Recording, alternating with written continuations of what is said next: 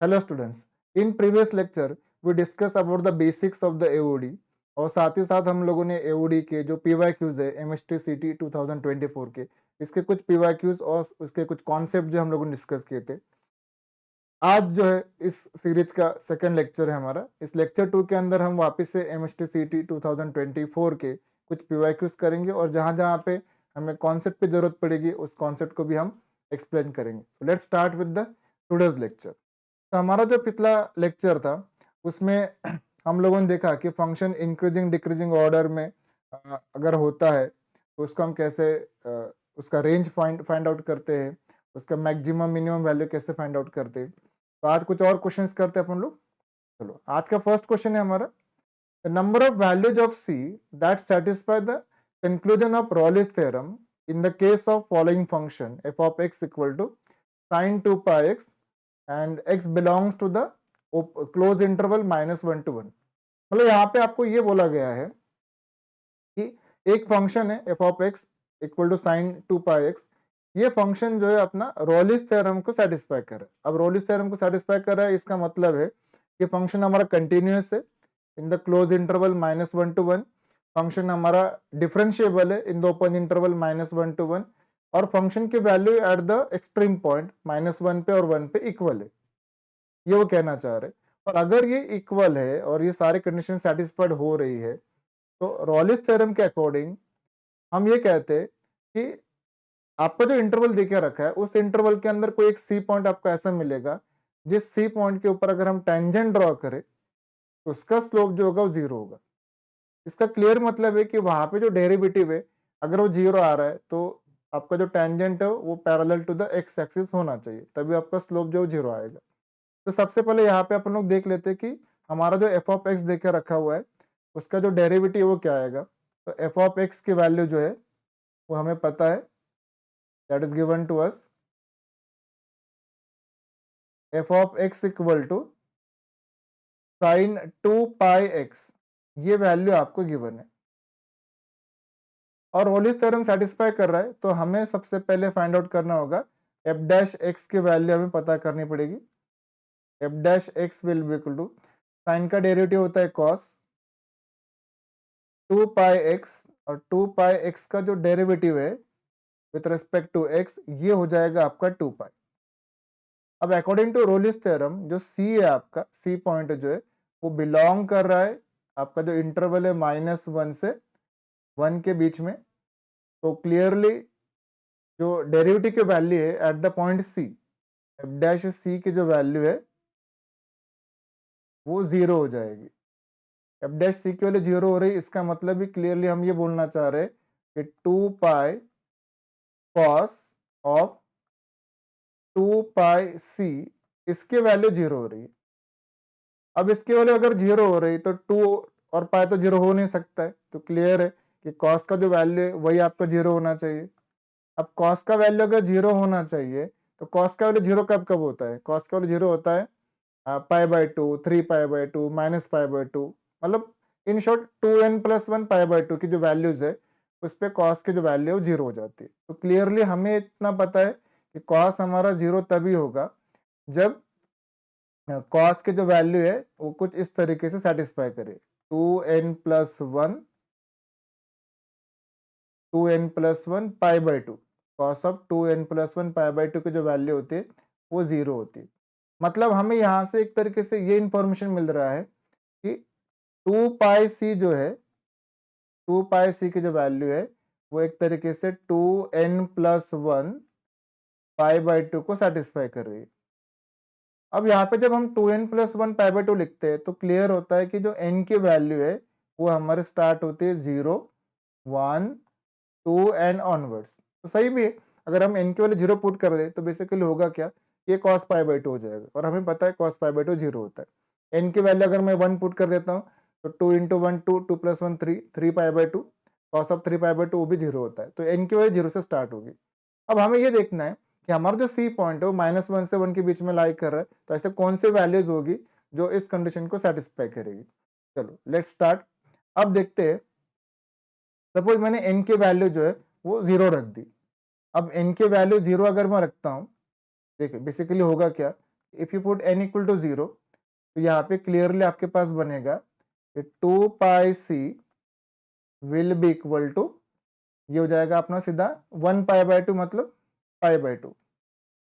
अब आप दोनों तरफ से पाई को कट कर दो, तो यहाँ से आपको पता चल रहा है कि सी की जो वैल्यू है वो आ रही है हमारे पास, आई थिंक ये आ जाएगा 1/4 आ जाएगा।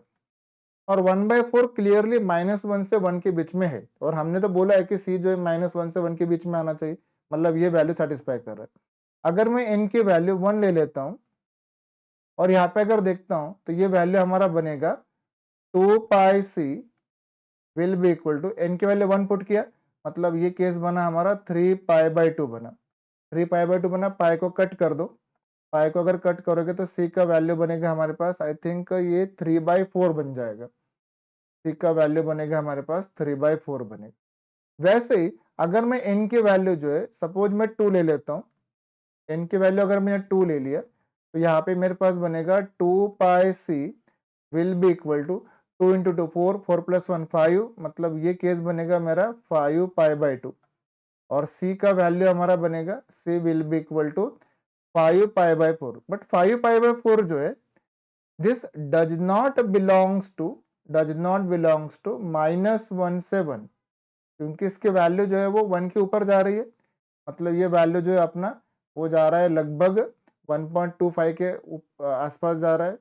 तो ये वैल्यू हमारे इंटरवल में लाई तो नहीं करने वाला है, मतलब सी की वैल्यू जो है हम 5 पाई बाय 4 तो ले नहीं सकते, तो सी की वैल्यू हम 1/4 ले सकते, सी की वैल्यू हम 3/4 ले सकते। बट यहाँ पे -1 वाला हिस्सा भी देकर रखा है, तो क्लियर है कि कॉस का जो दूसरा साइड होगा वहां पे भी हमें चेक करना पड़ेगा। मतलब अगर हम सी की वैल्यू जो है, क्योंकि हमारा जो ग्राफ है, जो रेंज आएगा वो -1 से 1 के बीच में है, तो अगर मैं कॉस की वैल्यू जो है 2 पाई सी, मतलब कॉस ऑफ -2 पाई और कॉस ऑफ 2 पाई के बीच में मुझे वैल्यू चेक करनी पड़ेगी, क्योंकि हमारे जो एक्सट्रीम पॉइंट थे -1 और 1 थे। तो 2 पाई एक्स था, तो एक्स की वैल्यू एक बार मैं -1 पुट कर देता हूँ, तो मेरे पास हो जाएगा ये -2 पाई हो जाएगा, और एक बार 1 पुट करता हूँ तो 2 पाई हो जाएगा। तो इसके बीच में मुझे लाई करना पड़ेगा, इसके बीच चेक करना पड़ेगा। तो सी की वैल्यू अगर 1/4 पॉसिबल है, तो एक और वैल्यू पॉसिबल होगा सी का, वो हो जाएगा -1/4 पे भी पॉसिबल होगा। ग्राफ हमारा सिमेट्रिक होगा, कॉस का दोनों तरफ -2 पाई से 2 पाई के बीच में, और एक जो सी का वैल्यू है वो हो जाएगा आपका -3/4। और ये -1/4 -3/4 क्लियरली आप देखो तो these values also belongs to the interval -1 to 1, जो हमारे कंडीशन को सेटिस्फाई कर रहा है। This value also belongs to -1 to 1। तो क्वेश्चन पूछा गया था हमें कैसे सी की कितने वैल्यूज होंगी जो इस कंडीशन को सेटिस्फाई करेगी। तो ऐसे हमारी टोटल 4 वैल्यूज है, एक हमारा 1/4 है, एक हमारा 3/4 है, एक हमारा -1/4 है, एक हमारा -3/4। तो as such 4 values are there which will satisfy this condition that the f of x equal to sine pi x जो है, साइन ऑफ 2 पाई एक्स जो है, वो रॉलिस थ्योरम को सेटिस्फाई करेगा। तो हमारा जो आंसर है क्लियरली यहाँ पे आ जाएगा, this is the correct answer. Number of possible values of the see that will satisfy the equation is 4। I think ये क्वेश्चन आपको क्लियर हो गया है। चलो अगला क्वेश्चन लेते हैं अपन लोग, नेक्स्ट क्वेश्चन। यहाँ पे बोला गया है question number 10, an open tank with a square bottom to contain 4000 cubic centimetre, मतलब centimetre cube of liquid is to be constructed. हमें एक टैंक फॉर्म करना है जिसका जो बेस है वो स्क्वायर होना चाहिए और टैंक हमारा ओपन है, मतलब जो हमारे 6 सरफेस होते हैं उसमें से एक सरफेस ओपन है, एक बॉटम है, बाकी आपने रिमेनिंग 4 सरफेस होंगे। ऐसा टैंक हमें फॉर्म करना है। Dimensions of the tank so that surface area of the tank is minimum. अब वो बोल रहा है कि हम टैंक के डायमेंशन क्या ले जिससे कि हमारा जो सरफेस एरिया है वो मिनिमम हो जाए। तो बेसिकली हमें सरफेस एरिया को मिनिमाइज करना है, ठीक है। अब आपको क्या बोला गया है कि एक टैंक आपको कंस्ट्रक्ट करना है, टैंक का जो बेस है वो आपका स्क्वायर होना चाहिए। चलो एक काम करता हूँ, एक रफ डायग्राम में यहाँ बना लेता हूँ। आपको कुछ इस तरीके से बोल रहे कि सपोज आपका एक ये बेस है। एक टैंक हमें बनाना है तो 3D डायग्राम बनेगा। 3D डायग्राम में ये हमारा बेस हो गया और एक उसका हम जो है कुछ हाइट बना लेते हैं। सपोज ये उसका कुछ तो हाइट था, ठीक है। अब जो बेस है उसका लेंथ जो है स्क्वायर का, चलो वो लेंथ मान लेते हैं कि हम सपोज कुछ तो ए मान लेते हैं। स्क्वायर का जो अपना एक साइड है वो ए मान लेते हैं, तो बाकी साइड भी अपने ए हो जाएंगे। और हाइट जो है टैंक का वो कुछ तो हम बी मान लेते हैं। अब हमें इसका वॉल्यूम निकालना है, ठीक है। इसका वॉल्यूम अगर निकालेंगे तो बेसिकली क्या हो जाएगा, ये ए स्क्वायर इंटू बी हो जाएगा। और वो डाटा हमें देकर रखा है 4000 सेंटीमीटर क्यूब देकर रखा है। हमें बेसिकली क्वेश्चन किसका पूछा गया है, क्वेश्चन पूछा गया है कि टैंक का जो सरफेस एरिया है उसको हमें मिनिमाइज करना है। मतलब हमारा जो फंक्शन बनेगा वो सरफेस एरिया का फंक्शन बनेगा और उस फंक्शन को ही हमें मिनिमाइज करना है। और जब भी हम मैक्सिमम मिनिमा की बात करते हैं तो हमारा जो फंक्शन का डेरिवेटिव होता है एफ डैश एक्स, उसकी वैल्यू हमें 0 पुट करनी होती है, right.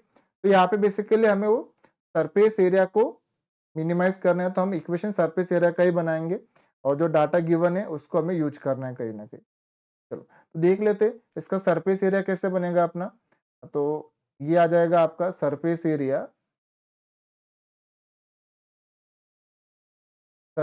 Area will be equal to, ठीक है, एक आपका जो बेस होगा उसका एक सरफेस एरिया काउंट होगा पहले तो बेस अपना स्क्वायर था, तो सरफेस एरिया जो है इसको ए मान लेता हूँ, तो बेस अपना स्क्वायर है तो स्क्वायर का एरिया हो गया। और जो बाकी उसके जो साइड होंगे, जिसके जो वॉल होंगे, वो वॉल कैसे होगी, हाइट अलग है उसका और उसका एक लेंथ जो वो ए है, मतलब वो रेक्टेंगुलर वॉल होगी अपनी। तो रेक्टेंगल का एरिया होता है ए इंटू बी। और ऐसे हमारे टोटल 4 वॉल होंगे क्योंकि बेस हमारा है, 6 सरफेस होते हैं, टैंक ओपन है मतलब ऊपर वाला सरफेस काउंट नहीं होगा। बाकी जो साइड के हमारे 4 वॉल होगी उसका सरफेस एरिया काउंट हो जाएगा। तो ये हो जाएगा हमारा ए स्क्वायर प्लस 4ab हो जाएगा, ठीक है। और इसको हमें मिनिमाइज करना है। अब जब भी हम डेरिवेटिव लेंगे तो हमें वो with respect to some variable लेना पड़ेगा। अब क्लियरली यहाँ पे हमें समझ में आ रहा है कि भैया यहाँ पे ए और बी दोनों ही वेरिएबल है, क्योंकि हमें बोला गया है कि ऐसा टैंक बनाओ जिसमें हम 4000 सेंटीमीटर क्यूब जितना लिक्विड हम फिल कर सके। तो मैं जो बेस है, एरिया सॉरी स्क्वायर है, उसका साइड कितना लूँ, हाइट कितना लूँ, ये वैरी कर रहा है। मतलब ए और बी दोनों वेरिएबल है। तो अगर मुझे इसका डेरिवेटिव लेना है तो एक काम कर सकते हैं कि इस इक्वेशन को एक सिंगल वेरिएबल में हम कन्वर्ट कर सकते हैं। उसके लिए हमें उसने कुछ हिंट दिया हुआ है। उसने बोला है कि इसका जो वॉल्यूम है वो बेसिकली कितना है, वॉल्यूम है उसका 4000 सेंटीमीटर क्यूब बोल के रखा हुआ है। तो हमें वॉल्यूम पता है तो हम क्या करते हैं, यहाँ से जो है सपोज इसको मैं इक्वेशन नंबर 1 बोल देता हूँ। क्वेश्चन नंबर 1 है, हालांकि हम वॉल्यूम से भी दूसरे मेथड से आंसर निकाल सकते हैं, बट ट्राई करें कि इक्वेशन में एक वेरिएबल हो तो थोड़ा सा आसान हो जाता है। वॉल्यूम कैसे बनेगा, तो एरिया इंटू हाइट होता है। एरिया अपना नीचे स्क्वायर है तो स्क्वायर का एरिया हो जाएगा ए स्क्वायर और हाइट जो है वो अपना बी था। बट वॉल्यूम हमें देकर रखा था 4000 था, सेंटीमीटर क्यूब था। तो यहाँ से मैं मुझे लगता है कि ए स्क्वायर या बी की वैल्यू हम निकाल सकते हैं। अगर मैं बी की वैल्यू निकालने जाऊँ तो बी की वैल्यू आ जाएगी मेरे पास 4000 डिवाइडेड बाय ए स्क्वायर हो जाएगा। 4000 डिवाइडेड बाय ए स्क्वायर हो जाएगा और ये वैल्यू मैं इक्वेशन 1 में जो है वो पुट कर देता हूँ। अब इक्वेशन 1 में अगर हम पुट करें इसको, हमारे पास जो एरिया है वो एरिया बन जाएगा ए स्क्वायर प्लस 4। आप ए का वैल्यू निकाल सकते हैं, ऐसा कुछ नहीं है।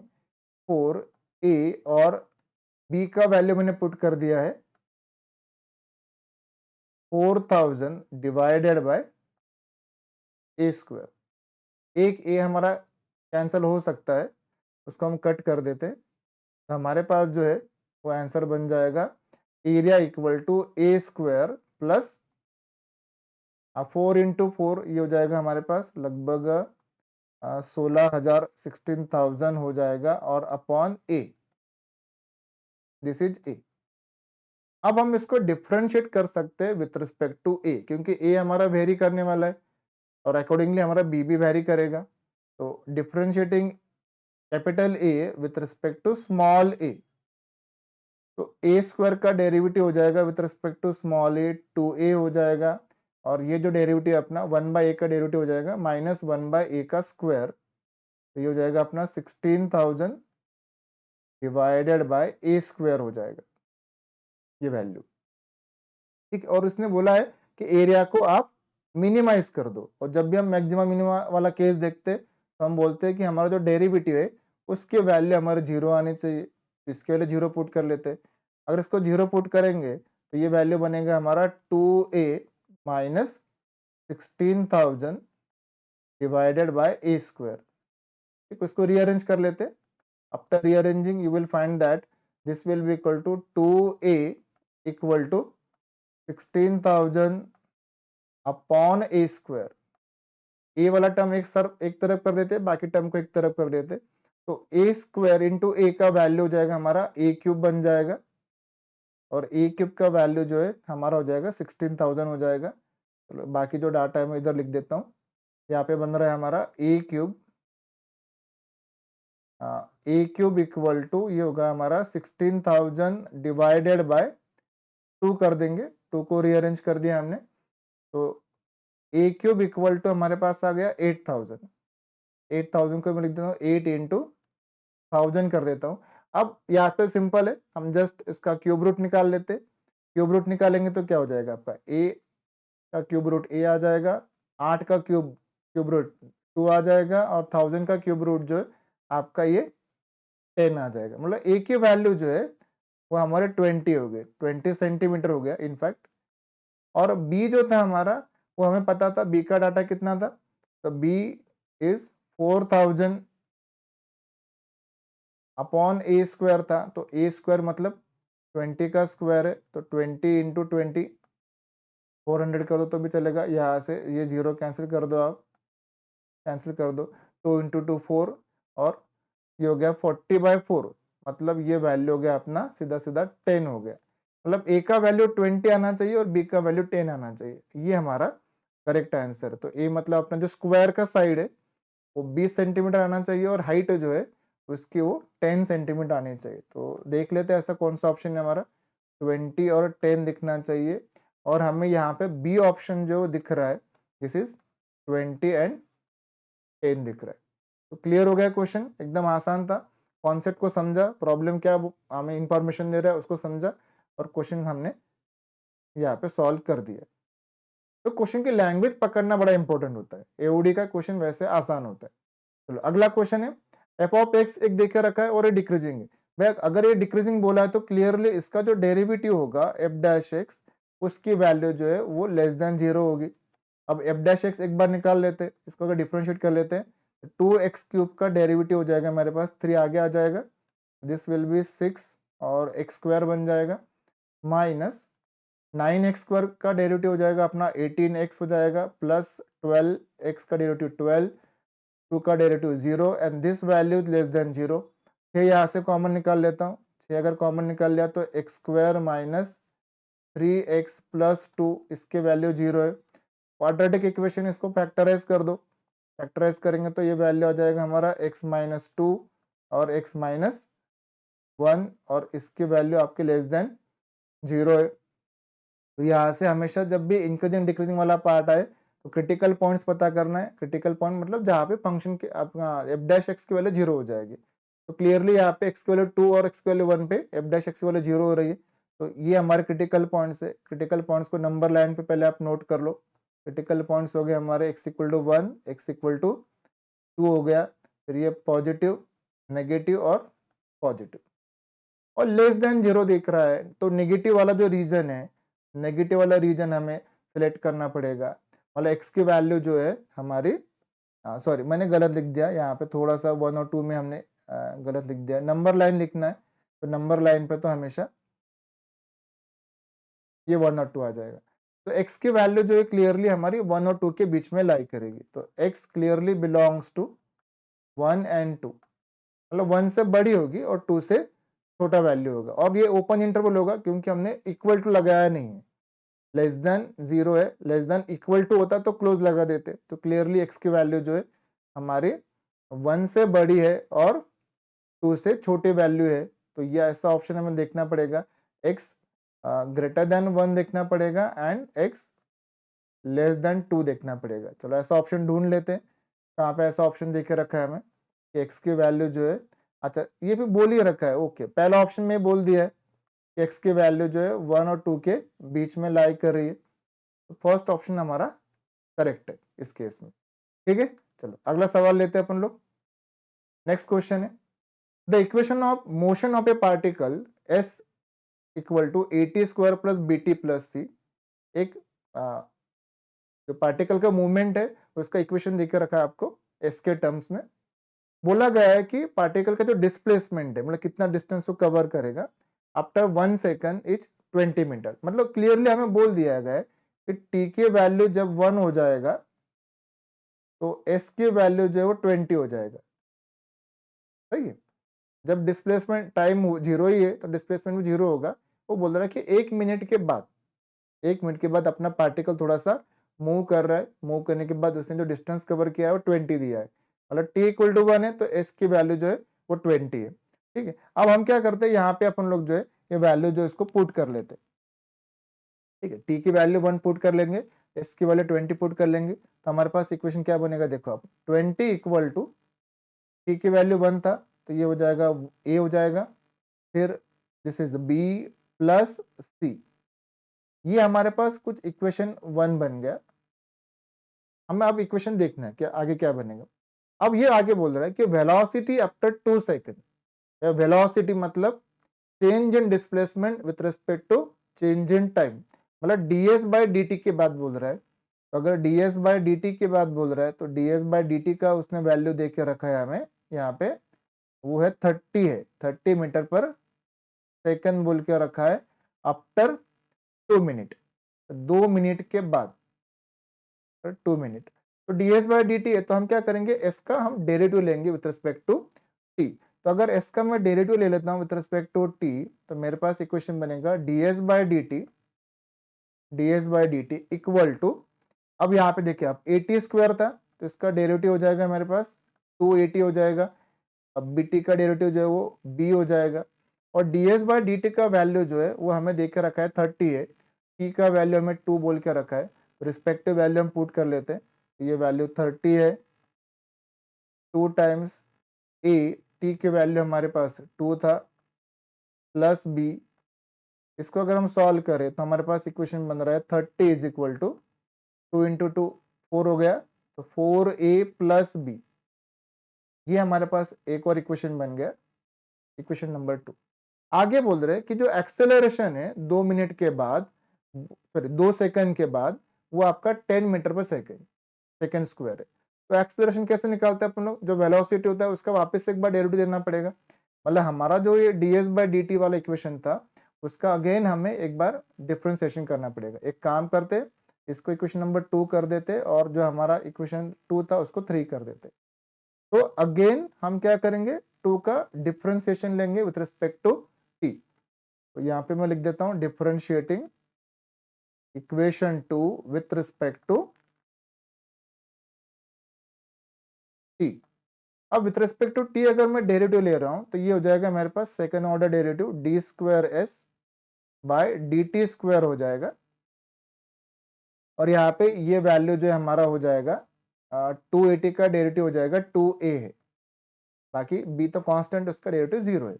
और ये वैल्यू जो है एक्सेलरेशन का वो हमें देख के रखा है 10 मीटर पर सेकंड स्क्वायर दिख रहा है, मतलब क्लियरली हमें 2a का वैल्यू जो है वो 10 है, 2a का वैल्यू अगर 10 है तो a का वैल्यू हो गया मेरे पास 5 हो गया, 2 से मैंने जस्ट डिवाइड कर दिया।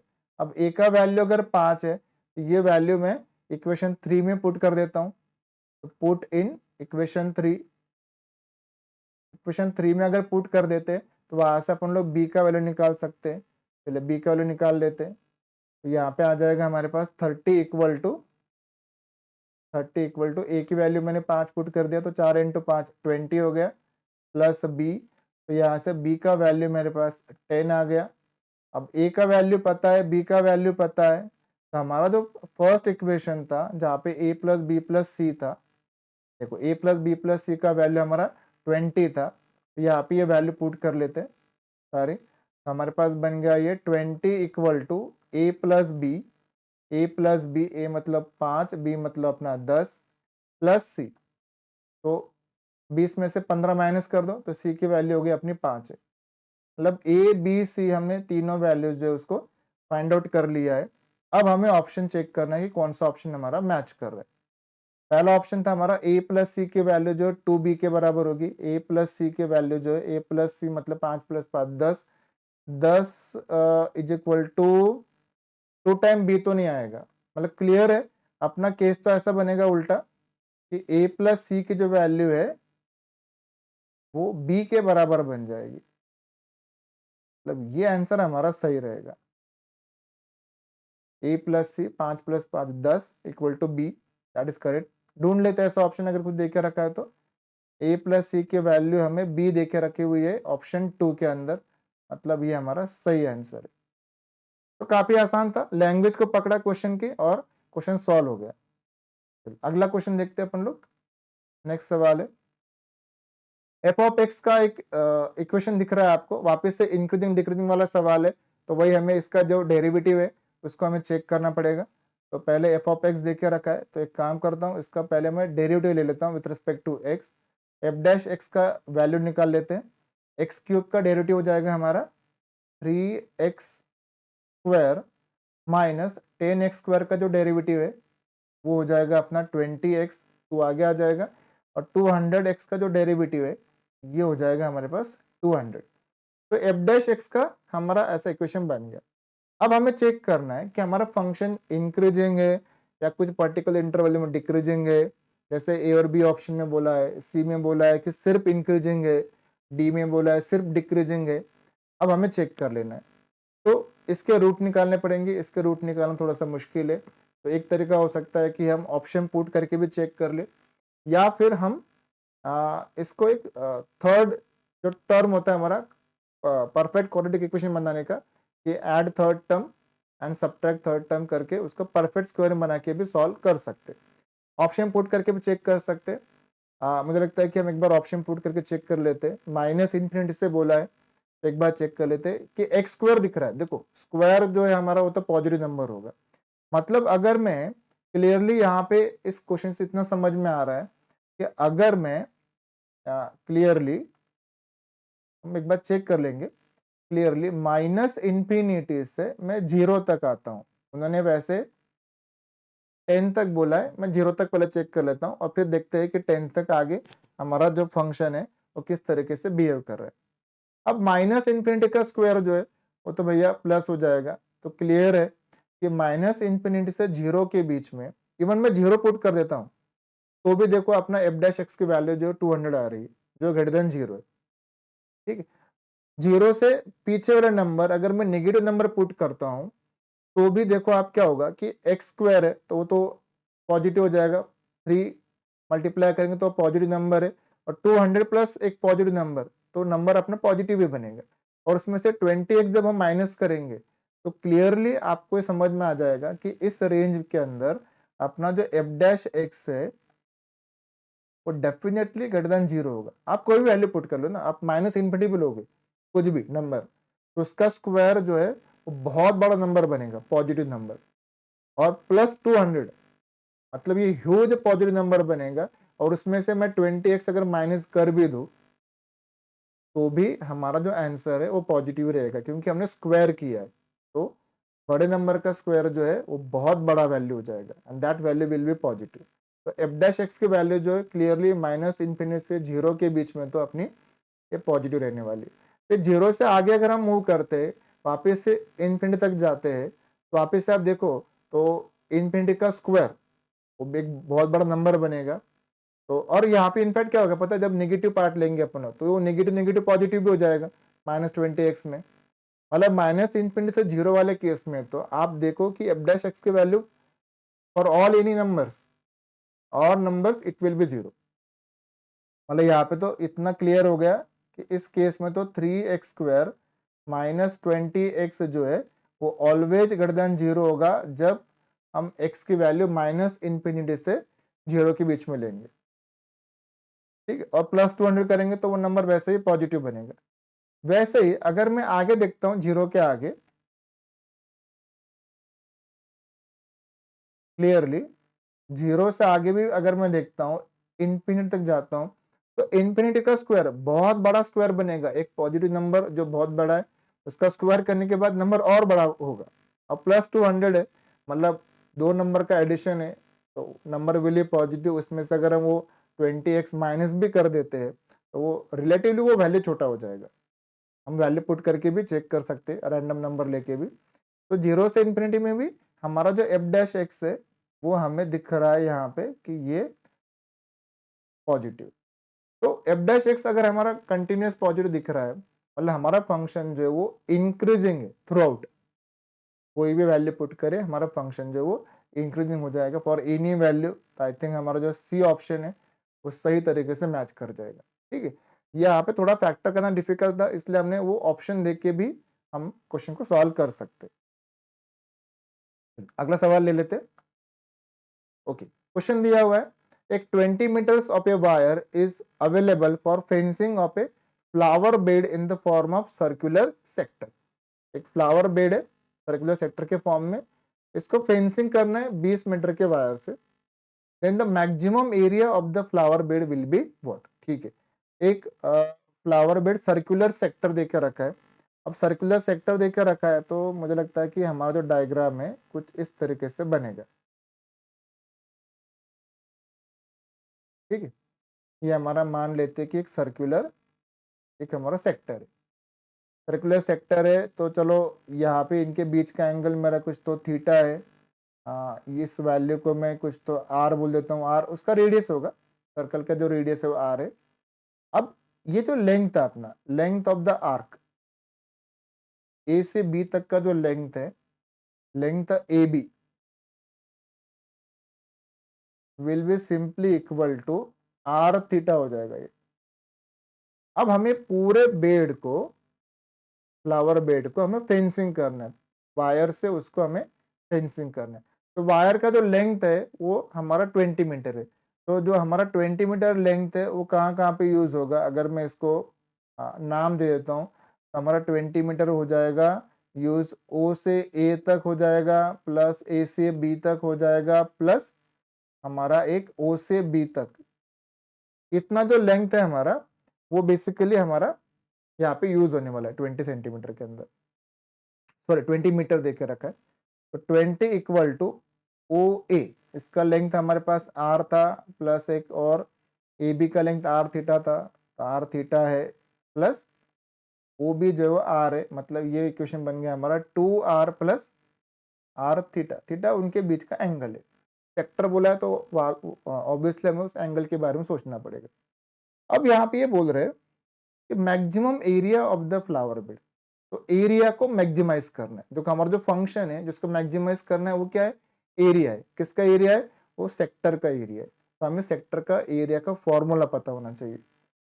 तो सेक्टर का जो एरिया है, अगर आपने क्लास 10th में पढ़ा है फॉर्मूला, तो सेक्टर का एरिया हो जाता है अपना सेक्टर ऑफ सर्कल, और इसका मुझे एरिया पता करना है। तो एरिया का फॉर्मूला हो जाएगा हमारा आर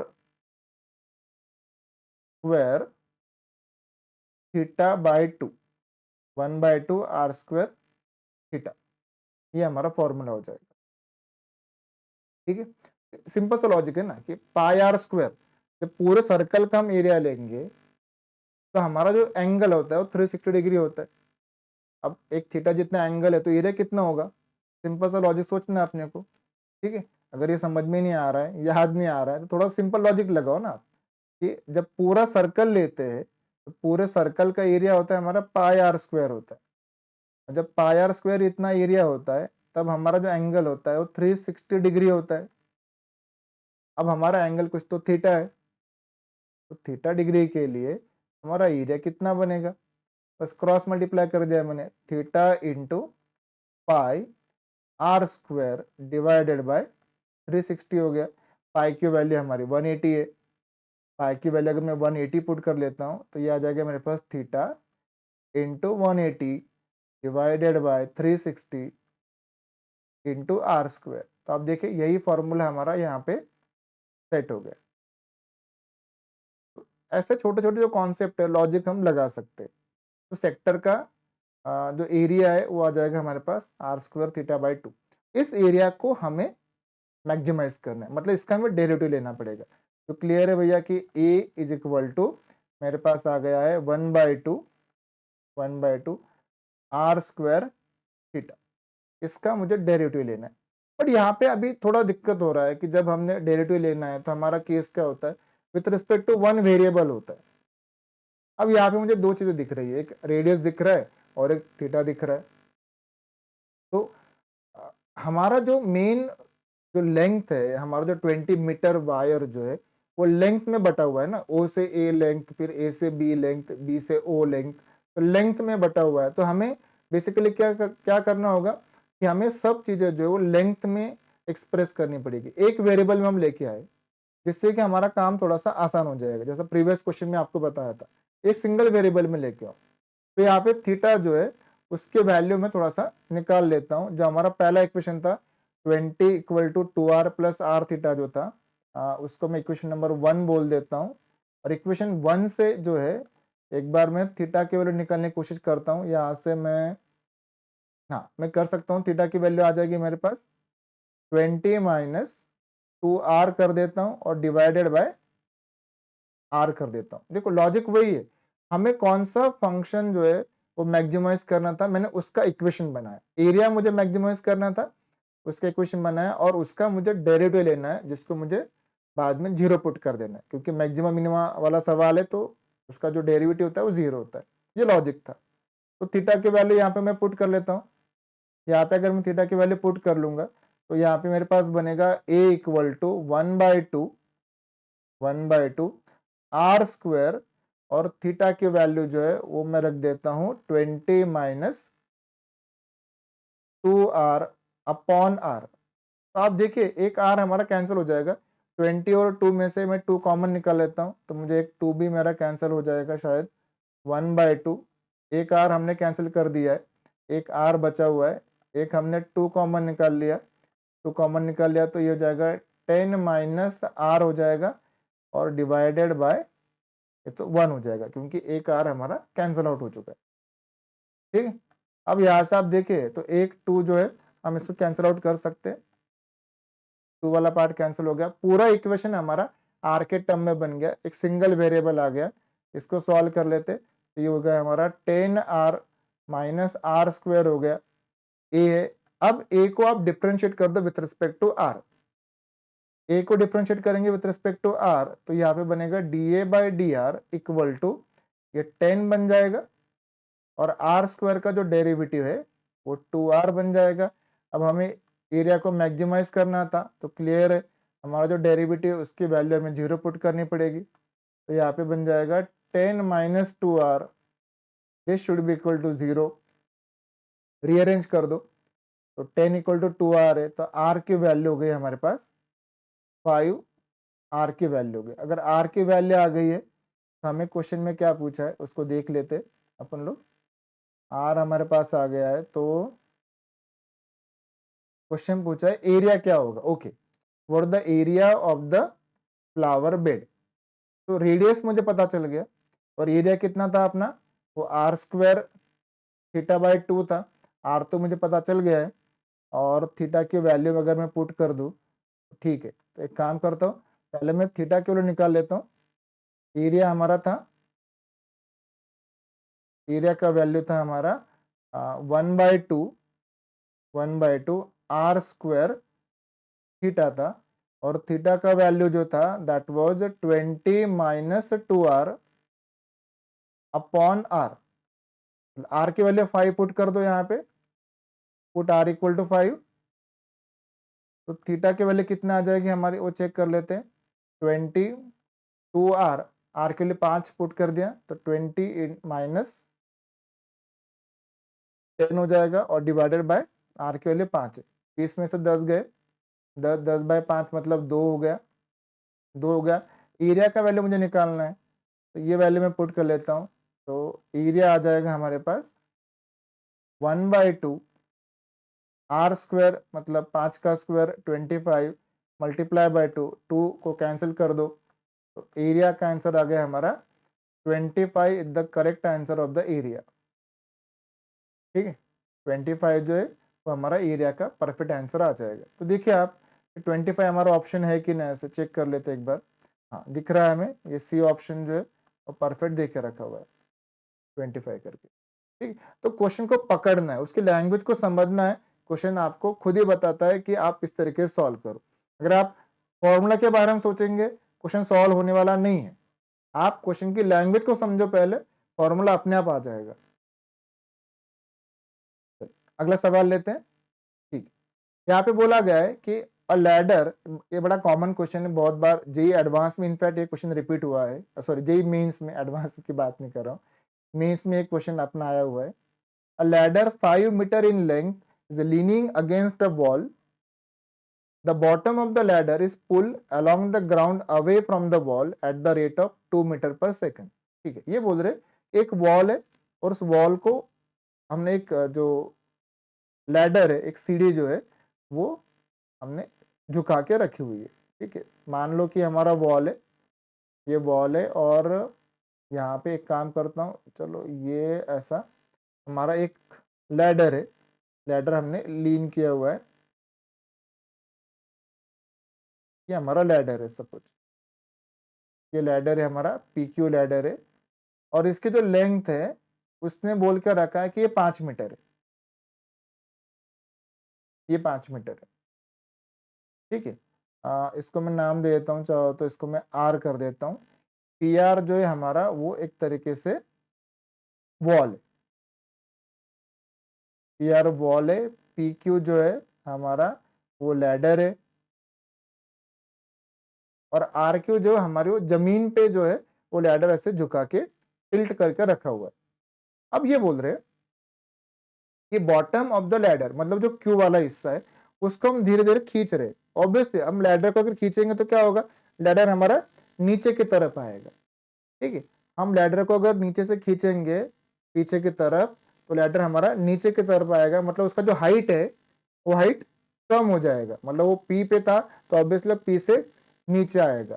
तो हमारा लैडर का जो नया पोजीशन है, ऐसा मान लेते हैं कि उसको पुल किया तो लैडर हमारा सपोज यहाँ पे कुछ तो भी आ गया, पी क्यू आर, मैं इसको एस बोल देता हूँ और हमारे लैडर की जो पोजीशन है सपोज कुछ इस तरीके से हो गई। ठीक है, जो क्यू पॉइंट है थोड़ा पीछे चला गया और इसको मैं कुछ तो टी मान लेता हूँ। ये हमारे लैडर की न्यू पोजीशन। अब ये बोल रहे कि हम जो पुल कर रहे लैडर को जमीन पे, उसका जो क्यू वाला हिस्सा जिसको जब पीछे खींच रहे तो उसका उसने रेट बता दिया है। The ladder is the bottom of the ladder is pulled along the ground away from the wall at the rate of 2 metre पर सेकंड। एक सेकंड में 2 मीटर पीछे खींचना है, मतलब हमें उसने जो क्यू का पुलिंग रेट है उसने वो बोल दिया है। ठीक है, और हाइट ऑब्वियसली फिर नीचे आएगा। How fast is the height on the wall is decreasing, बराबर है, हाइट अपन नीचे आ रहा है, हाइट डिक्रीज हो रहा है, तो हाइट कितने फास्ट डिक्रीज हो रहा है उसका रेट पूछा है। रेट मतलब वापस से डेरिवेटिव पूछा है। when the foot of the ladder is 4 meter away from the wall, जब हमारा जो लैडर का फुट है 4 मीटर जितना दूर चला जाएगा वॉल से। ठीक है, मतलब ये जो वैल्यू है, ये जो डिस्टेंस है आर से टी के बीच में, जब ये 4 मीटर हो जाएगा तो अपना जो सीढ़ी है लैडर जो है वो एस तक आ गया है। तो वहां तक आने का उसका जो रेट था, हर एक सेकंड में कितना सेंटीमीटर या मीटर वो नीचे आया, वो अपने को चेक करना है। तो ऐसा अपना एक क्वेश्चन। ठीक है, तो यहाँ पे वो हाइट के बारे में बोला है, वो रेट के बारे में बोला है, ऐसा हमारा कुछ तो डाटा दे के रखा हुआ है। चलो हाइट जो है पी आर जो हाइट था, उसको मैं कुछ तो एच मान लेता हूँ और जो हमारा डिस्टेंस था, जो जमीन से जो डिस्टेंस था उसको मैं कुछ तो आर मान लेता हूँ। मतलब हमें जो डाटा दे के रखा हुआ है वो D R by D T दिख रहा है, D R by D T, मतलब हम उस लैडर को पुल कर रहे हैं पीछे की तरफ, तो वो डाटा हमें दिख रहा है, वो दिया हुआ है 2 मीटर पर सेकंड, ये उसने बोल के रखा है। हाइट नीचे आ रहा है, हाइट के बारे में बोला है, तो वो एक इक्वेशन बोला गया है कि D H by D T, height अपना डिक्रीज हो रहा है, minus D H by D T. इसका आंसर क्या आएगा, ये हमारा सवाल है। और एक और चीज हमें बोल के रखिए कि लैडर जो है अभी फिलहाल 4 मीटर दूर है वॉल से, मतलब डिस्टेंस आर जो है वो हमें देके रखा हुआ है। ठीक है, आर हमें देके रखा हुआ है। अब सीधी सी बात है कि हमारे पास यहाँ पे दो चीजें चेंज हो रही, एक तो हमारा जो ग्राउंड लेवल पे जो डिस्टेंस है आर वो चेंज होता जा रहा है, और जो हाइट है हमारी एच वो चेंज होती जा रही है। क्या चेंज नहीं हो रहा है, तो वो जो लैडर का अपना लेंथ है 5 मीटर, देखो वो चेंज नहीं हो रहा है, खाली लैडर जो है अपनी पीछे की तरफ नीचे की तरफ मूव कर रही है, हाइट नीचे आ रही है और बॉटम जो है वो आगे की तरफ खिसक रहा है।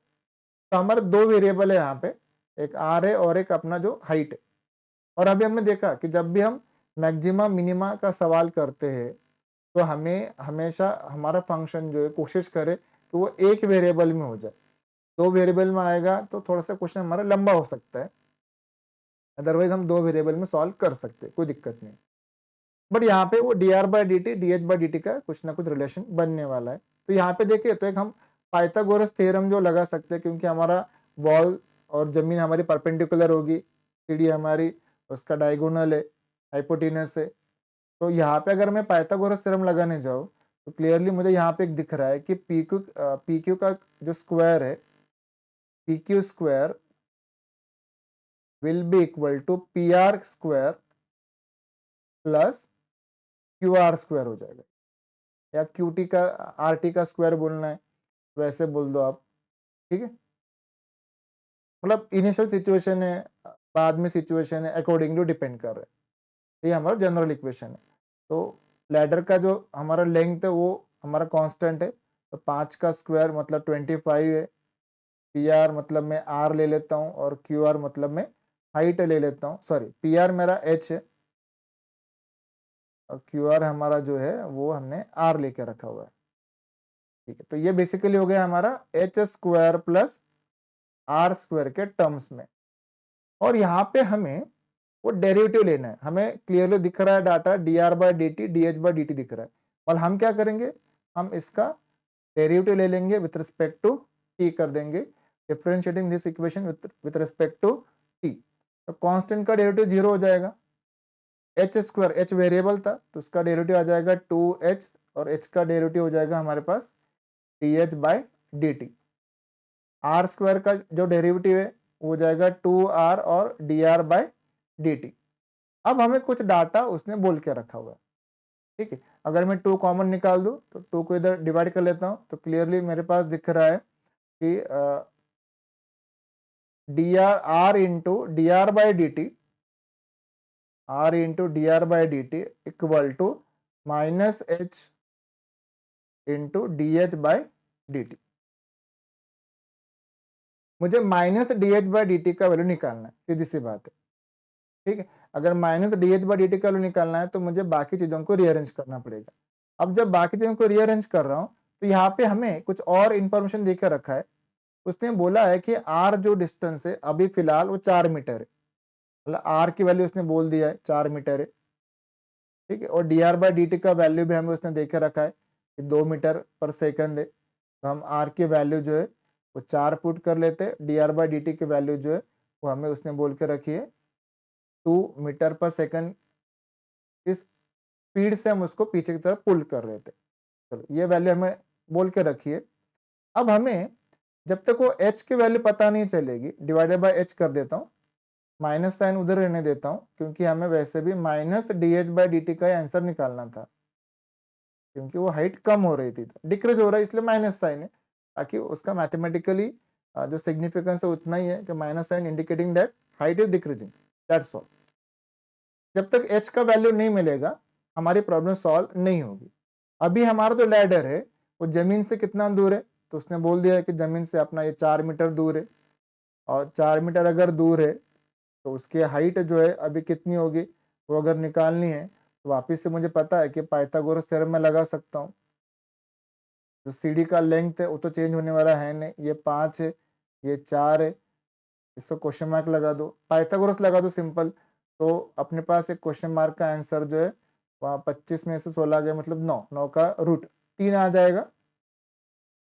पाइथागोरस थ्योरम लगा दिया तो ये वैल्यू अपना 3 आ गया। h की वैल्यू में 3 पुट कर देता हूँ यहाँ पे, तो देखो हमारे पास केस क्या बनेगा फिर, तो ये आंसर आएगा हमारा, this will B minus dh/dt,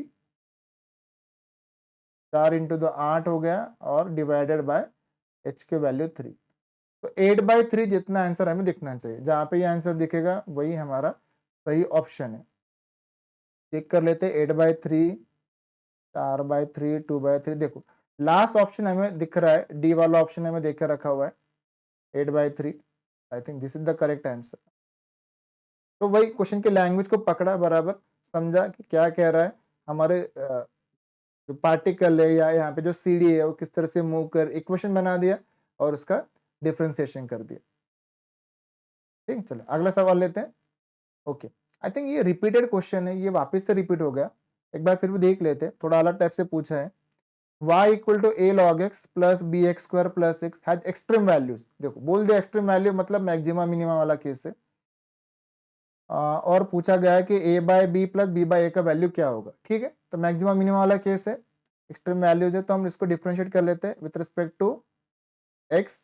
तो dy बाय डी एक्स का आंसर आ जाएगा हमारा a इंटू लॉग एक्स का डेरिवेटिव हो जाएगा 1/x plus B x square का डेरिवेटिव हो जाएगा 2bx, और x का डेरिवेटिव 1 हो गया। ठीक है, हमने पीछे भी देखा था। अब ये जो हमारा डिवाइड बाय डी एक्स मतलब एफ डैश एक्स आया है, ये मैक्सिमम या मिनिमम वैल्यू है x equal to -1 x equal to 2 पे। तो क्लियर है कि एफ डैश -1 की वैल्यू पे 0 है, एंड एफ डैश 2 जो है इसके वैल्यू भी हमारे 0 है। तो एक बार ये पुट कर लेते हैं, हमने देखा था अल्फा बीटा के टर्म में ये क्वेश्चन पूछा हुआ था। तो पहले -1 पुट कर लेता हूँ, -1 अगर पुट कर लेता हूँ तो 0 इज इक्वल टू माइनस ए हो जाएगा, x की वैल्यू मैंने -1 पुट कर दिया, ये -2b हो जाएगा, +1 था, इसको रीअरेंज कर दिया तो a प्लस 2b की वैल्यू जो है मेरे पास बन जाएगी 1। इसको इक्वेशन नंबर 1 बोल देता हूँ। x की वैल्यू 2 पुट कर लेता हूँ, तो ये वैल्यू मेरा 0 हो जाएगा, ये आ जाएगा मेरे पास a/2, 2 into b into x की वैल्यू 2, तो ये 4b हो जाएगा +1, इसका एलसीएम ले लो आप, 0 equal to a plus 8b plus 2। आपको शायद याद आ गया होगा कि हमने प्रीवियस लेक्चर में भी ऐसा सवाल देखा था, सेम टाइप का सवाल था। देखिए रिपीट हो रहा है, मतलब अलग अलग शिफ्ट में सेम क्वेश्चन को अलग अलग तरीके से पूछा है। तो जो शिफ्ट के क्वेश्चंस होते इनको भी हमें एनालाइज करना है। अभी जब आपका सीईटी के शिफ्ट्स होंगे, जो भी मेमोरी बेस्ड क्वेश्चंस आते हैं अगर आपको मिलते हैं, ट्राई करें कि 10-15 मिनट के अंदर उसको भी सॉल्व करने की कोशिश करें। हो सकता है कि वो क्वेश्चन आ जाए, हालांकि मेमोरी बेस्ड होते हैं तो इतना पता नहीं होता है, बट थोड़ा बहुत उसमें सिमिलरिटी हो सकता है, तो हम ट्राई कर सकते हैं। ठीक है, तो a प्लस 8b की वैल्यू जो है वो हो जाएगी हमारे पास -2 है। दो इक्वेशन को आप सॉल्व कर दो, 1 में से 2 को माइनस कर दो, 2 में से 1 को माइनस कर दो, चलेगा। जब दो इक्वेशन को सॉल्व करेंगे तो क्या हो जाएगा आपके पास, 2b माइनस 8b, ये हो जाएगा आपके पास -6b हो जाएगा, और माइनस माइनस ये प्लस हो जाएगा, 3 हो जाएगा। तो b की वैल्यू हो गई हमारे पास -1/2 आ जाएगी, 1 माइनस -2 +2 हो जाएगा। ठीक, b के वैल्यू हमारे पास -1/2 आ गई, हम b के वैल्यू किसी इक्वेशन में पुट कर लेते हैं और a का आंसर निकाल लेते हैं। तो a plus 2 times -1/2 equal to 1 था, तो इसको रीअरेंज कर दो आप, तो a की वैल्यू हो गई मेरे पास 2 हो गई। a का आंसर पता है, b का आंसर पता है, और हमारा जो क्वेश्चन था वो था हमारा क्वेश्चन कि a/b प्लस b/a करना है। ठीक है, तो आसान है, हमें अभी सिर्फ पता करना है a/b प्लस b/a का आंसर कितना आएगा। चलो a का वैल्यू हमें पता है, वैल्यू पुट अप कर लेते हैं अपन फटाफट। a का वैल्यू 2 है, b का वैल्यू -1/2 है, तो वो ऊपर चला जाएगा। चलो एक बार मैं वैल्यू पुट कर लेता हूँ, -1/2 प्लस b का वैल्यू था मेरा -1/2 था, अपॉन a का वैल्यू 2 था। इसको सॉल्व कर दो, ये 2 पर चला गया तो ये -4 हो जाएगा, -4 हो जाएगा, और यहाँ पे ये जो वैल्यू है अपना अपॉन का अपॉन है, तो वो तो मल्टीप्लाई हो जाएगा, -1/4 हो जाएगा, 4 इंटू 4 16, -16 प्लस 1 -17/4। सिंपल सा कैलकुलेशन है, चेक कर लेते, ये ऑप्शन जहाँ पे होगा वही हमारा सही आंसर है, -17/4, 7/4। ओके, ये ऑप्शन दिख रहा है -17/4, this is the correct answer. तो आसान था, बस हमने वो एक्सट्रीम वैल्यू दिया है, मतलब डेरिवेटिव की वैल्यू वहां पे 0 होगी, ये लॉजिक हमने वहां पे अप्लाई कर दिया। चलो अगला सवाल ले लेते हैं। देखो वापस से, ओके, थोड़ा सा अलग टाइप का क्वेश्चन दिया हुआ है। y equal to ax³ plus bx² plus cx plus 5 touch the x axis at the -2, 0। भाई हमारा ग्राफ जो है टच कर रहा है, जिस पॉइंट पे टच करेगा वो पॉइंट हमारे इक्वेशन को सेटिस्फाई करेगा। तो एक काम करते, put x equal to -2 and y equal to 0। Point curve पे लाई कर रहा है, कर्व पे रहने वाला हर पॉइंट कर्व के इक्वेशन को सेटिस्फाई करेगा। y की वैल्यू 0 पुट कर दिया, x की वैल्यू मुझे -2 पुट करना है, -2 का क्यूब हो जाएगा -8 हो जाएगा, a हो जाएगा, और -2 का स्क्वायर प्लस 4 हो जाएगा, तो 4b कर लेता हूँ, cx मतलब हो जाएगा -2c हो जाएगा प्लस 5। ठीक है, थोड़ा इसको रीअरेंज करना है तो रीअरेंज कर दो आप, 8a -4b plus 2c equal to 5। ये हमारा एक इक्वेशन बन गया। ठीक है, एक लीनियर इक्वेशन बना है, शायद आगे हो सकता है कि कुछ और हमें इंफॉर्मेशन मिले। आगे बोल रहा है कि जो कर्व है वो कट कर रहा है वाई एक्सिस को एट पॉइंट क्यू। देखो वाई एक्सिस पे जहाँ पे कट करेगा, वाई एक्सिस पे एक्स की वैल्यू 0 होती है, एक्स की वैल्यू 0 होगी तो वाई की वैल्यू निकाल लेंगे अपन लोग। ठीक है, क्लियरली अपना बोला है कि cut y axis at some point q, q point पे कट कर रहे हैं, and where its gradient is 3। और उस पॉइंट पे उसका जो ग्रेडियंट है, देखो ग्रेडियंट का मतलब है उसका जो डेरिवेटिव है या उसका जो स्लोप है। ग्रेडियंट मतलब भी स्लोप की बात कर रहा है, स्लोप मतलब भी वो dy/dx की बात कर रहा है। तो उसने बोला है कि ये जो वैल्यू है ग्रेडियंट का, मतलब dy/dx का, वो 3 है। किस, कहाँ पे, तो क्यू पॉइंट पे, जहाँ पे अपना कर्व जो है वो एक्सिस को कट कर रहा है, उसी पॉइंट पे स्लोप की वैल्यू 3 है। तो क्यू अपना y एक्सिस पे है, क्यू y एक्सिस पे है, ऑन y एक्सिस है, तो क्लियर है कि वहां पे x की वैल्यू जो है वो 0 हो जाएगी। x की वैल्यू 0 है तो वो कर्व के इक्वेशन को सेटिस्फाई करेगा। तो एक बार पुट कर लेते हैं अपन लोग कर्व के इक्वेशन में, और एक बार हम डेरिवेटिव भी लेंगे, वहां पे भी हम इस पॉइंट को पुट करेंगे, बट हमें y की वैल्यू पता नहीं है, ये हमें चेक करना पड़ेगा। x की वैल्यू 0 पुट कर लेते हैं हमारे y वाले इक्वेशन में, तो क्या बनेगा अपना, देखो वहां पे बनेगा हमारा equation y equal to, x के लिए 0 पुट किया तो a इंटू 0 0 हो जाएगा, b इंटू 0 c इंटू 0, तो क्लियरली y की वैल्यू 5 हो जाएगी।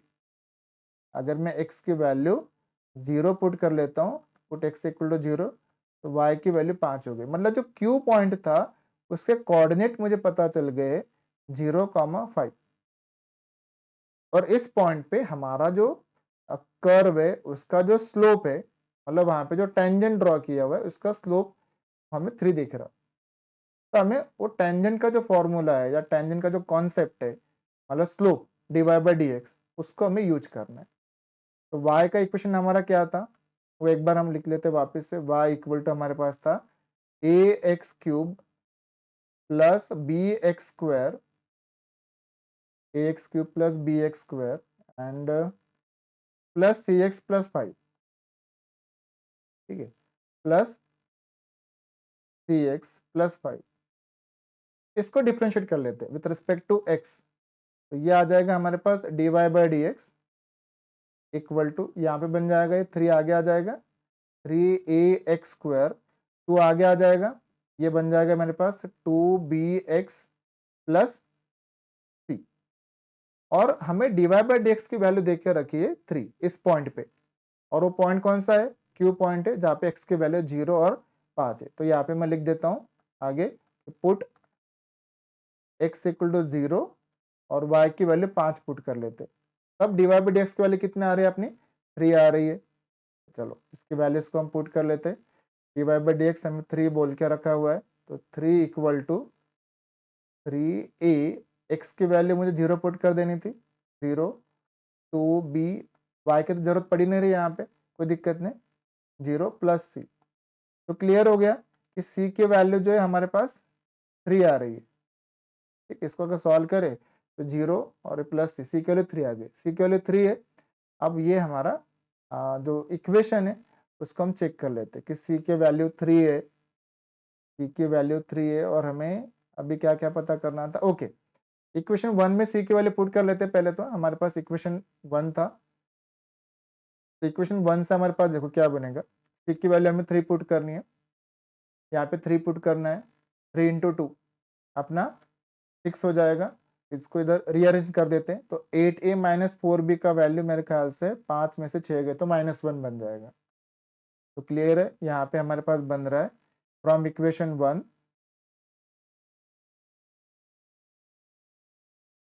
From equation 1 8a minus 4b equal to 5 minus 6 मतलब -1। अब ए और बी के वैल्यू पता करनी है, और ए और बी की वैल्यू पता करने के लिए हमें यहाँ पे कोई और